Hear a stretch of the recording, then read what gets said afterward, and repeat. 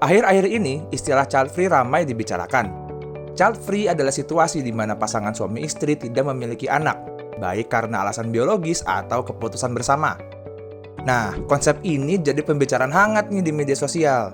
Banyak yang bilang, jika tidak punya anak, untuk apa menikah? Ada juga yang mengatakan, tidak memiliki anak bisa meluangkan banyak waktu bagi pasangan untuk bisa lebih dekat.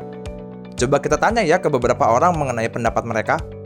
Kalau aku sendiri beranggapan anak itu kan rezeki ya, rezeki dari Tuhan ya. Jadi apakah menikah itu harus punya anak itu tidak gitu.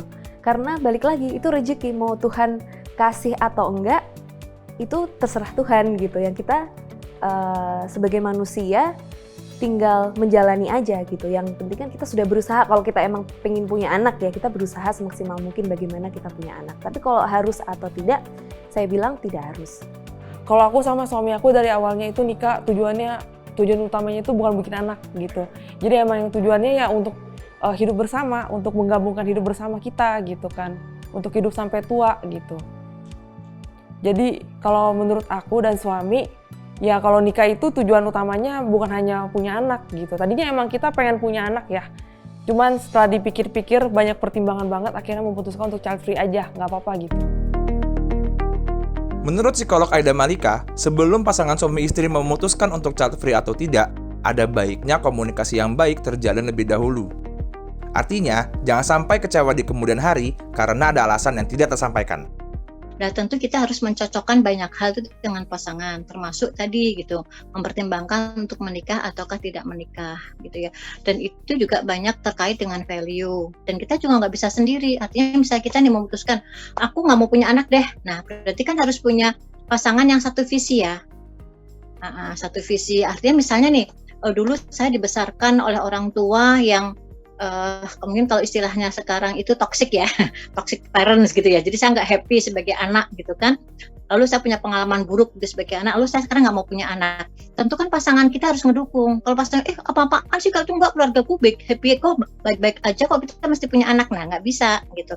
Itu kan berarti memang harus harus dipertimbangkan. Waktu itu punya anak agak rame ya. Karena kalau aku sendiri aku suka keramaian. Jadi pengen sekali punya anak gitu dan aku suka mengajari anak-anak gitu, kayak mendidik dan lain sebagainya gitu, aku suka. Jadi ya kita punya anak gitu dan untuk meneruskan keturunan. Yang pertama karena aku tuh lahir dari keluarga yang kurang hangat, jadi aku tidak punya figur orang tua yang hangat itu kayak gimana, jadi aku nggak tahu cara menjadi orang tua tuh kayak gimana sih, nggak ada bayangan sama sekali gitu. Terus juga aku tuh kan terlahir di keluarga yang dari dulu tuh sandwich generation terus gitu kan. Jadi aku pengen mematahkan sandwich generation itu. Dan sekarang itu apa-apa mahal ya. Jadi kayak uang sekolah anak mahal, uang kesehatannya juga mahal, kebutuhan sehari-harinya juga mahal banget gitu. Pada akhirnya, menurut psikolog Aida Malika, child free adalah pilihan. Jadi, setiap pasangan diharapkan bisa menimbang dengan baik dengan pasangannya sebelum memutuskan. Apapun lah alasannya, misalnya finansial, itu juga memilih artinya karena aku mau hidup sejahtera, aku nggak mau susah gitu loh, ya itu pilihan juga. Ada kan orang miskin anaknya 10 gitu berarti ya ada juga gitu ya, berarti itu pilihan karena kita nggak mau susah, kita nggak mau tanda kutip miskin gitu ya dalam hal itu gitu ya. Atau misalnya tadi yang karena sakit gitu ya, karena penyakit gitu, itu juga pilihan juga ke kita gitu kan, kamu bisa adopsi misalnya gitu ya dan sebagainya. Kalau menurut saya itu pilihan ke kita sih ya.